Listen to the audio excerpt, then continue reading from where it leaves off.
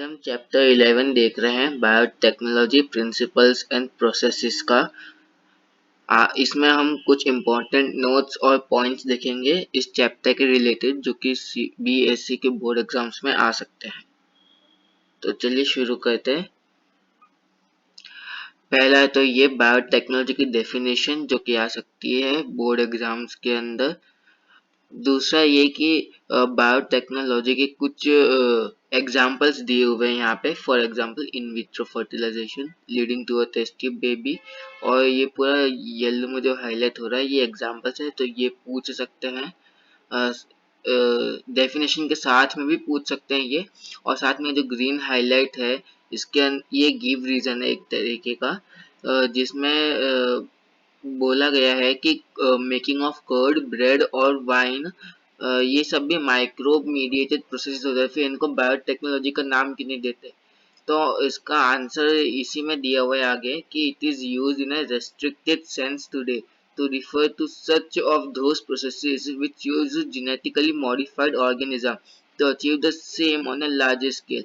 मतलब ये है कि इनका जो है कर्ड और ब्रेड बनाने का या वाइन बनाने का इनका पहले से ही एक वो माइक्रो ऑर्गेनिज्म फिक्स है कि हाँ वाइन या ब्रेड बनाए तो ईस्ट हमको यूज करना पड़ेगा, जैसा है वैसा ही यूज करना पड़ेगा, उसको हमको जेनेटिकली मॉडिफाइड नहीं करना पड़ेगा।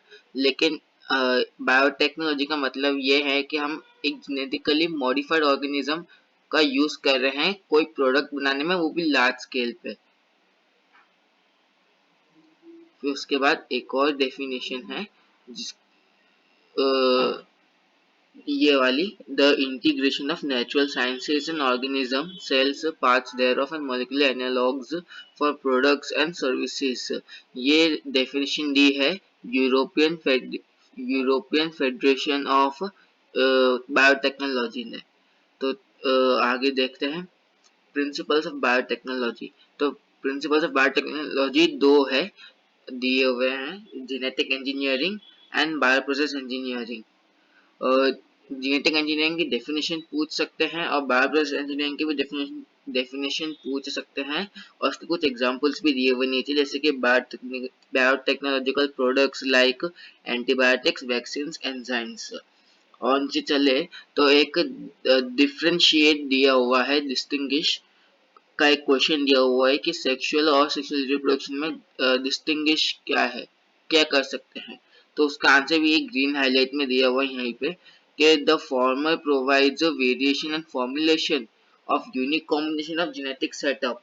यानी जो असेक्सुअल रिप्रोडक्शन है उसके अंदर जब भी रिप्रोडक्शन होता है असेक्सुअली, तो कोई भी जो है वेरिएशन नहीं प्रोड्यूस होता जेनेटिक, जो जेनेटिक इंफॉर्मेशन होती है वो प्रिजर्व रहती है, मतलब एक तरीके से क्लोनिंग हो रहा है without any change in genetic makeup of an organism.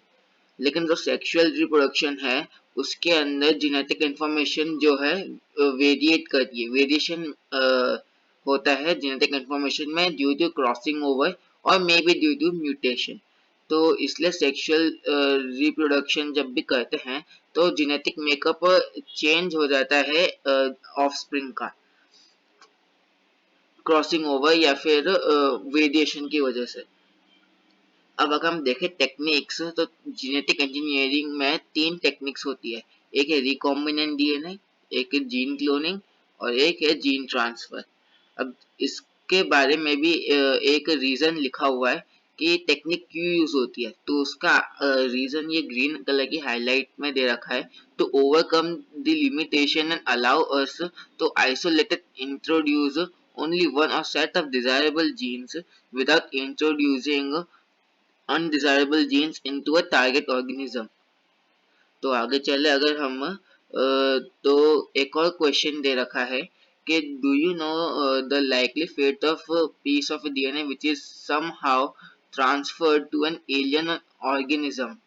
इसका मतलब ये कि अगर हमने किसी डीएनए के पीस को किसी और एलियन या ऑर्गेनिज्म में ट्रांसफर किया तो उसका फेट क्या होगा, डीएनए के साथ होगा क्या फिर उस ऑर्गेनिज्म के अंदर ट्रांसफर होने के बाद। तो उसका आंसर भी ग्रीन हाईलाइट में दे रखा है आगे ही कि most likely this piece of DNA would not be able to multiply itself in the progenic cells. मतलब ये कि जब डीएनए जो है सेल के अंदर ट्रांसफर हो जाएगा तो अपने आप को मल्टीप्लाई नहीं कर पाएगा इंडिपेंडेंटली। लेकिन अगर वो उसी ऑर्गेनिज्म के जो न्यूक्लियस के अंदर डीएनए होता है उसके साथ इंटीग्रेट कर जाए, उसके साथ जुड़ जाए, तो फिर वो जो है मतलब अपने आप को रेप्लिकेट कर सकता है। आगे देखें अगर हम, तो एक इम्पोर्टेंट पॉइंट है, there is a specific DNA sequence called origin of replication. अब ओरिजिन ऑफ रेप्लिकेशन जिसे ORI ओरी के नाम से भी जाना जाता है, तो ये वो साइट है जहाँ से जो है रेप्लिकेशन इनिशिएट होता है डीएनए का।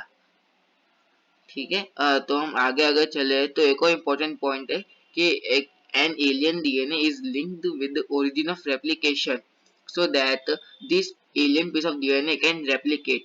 मतलब ये कि जो डीएनए हमने ट्रांसफर किया वो जो है न्यूक्लियस के डीएनए के ओरिजिन ऑफ रेप्लिकेशन से ही जुड़ेगा, ताकि जो है जो एलियन डीएनए हमने ट्रांसफर किया वो भी रेप्लिकेट करना चालू कर दे अपने आप को, वो भी अपनी जो है मल्टीपल कॉपीज बनाना चालू कर दे जो कि आइडेंटिकल होगी, क्लोनिंग होगी एक तरीके की। आगे देखें तो एक और क्वेश्चन है, ये एक एक्सप्लेनेशन क्वेश्चन है जो पूछा जा सकता है बोर्ड एग्जाम्स में, कि let us now focus on the first instance. मतलब पूछा जा सकता है कि कंस्ट्रक्शन कैसे हुआ पहले आर्टिफिशियल रिकॉम्बिनेंट डीएनए मॉलिक्यूल का, ऐसा पूछा जा सकता है बोर्ड एग्जाम्स के अंदर। इसके चांसेस कम है लेकिन फिर भी पूछा जा सकता है।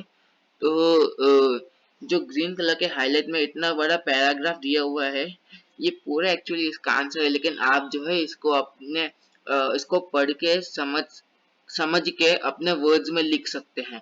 लेकिन इसमें से इम्पोर्टेंट पॉइंट्स जैसे कि प्लास्मिड का autonomously replicating circular extra chromosomal enzyme किसका था, किसका लिया था उन्होंने, तो वो था सैल्मोनेला टाइफीम्यूरियम का।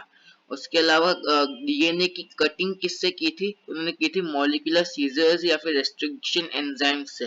ट्रांसफर कैसे किया था उन्होंने वो कट पीस ऑफ डीएनए को, जिसको हम जीन ऑफ इंटरेस्ट GOI भी बोलते हैं, तो उन्होंने ट्रांसफर किया था थ्रू अ प्लास्मिड। और यहाँ पे प्लास्मिड को एज अ वेक्टर बोला गया है। अब जैसे आपने पढ़ा होगा कि मलेरिया जो है प्लास्मोडियम नाम के प्रोटोजोआ से होता है। अब प्रोटोजोआ तो मतलब प्लास्मोडियम तो एक प्रोटोजोआ है, वो डायरेक्टली होस्ट के नहीं जाता, मॉस्किटो के थ्रू वो होस्ट के अंदर जाता है।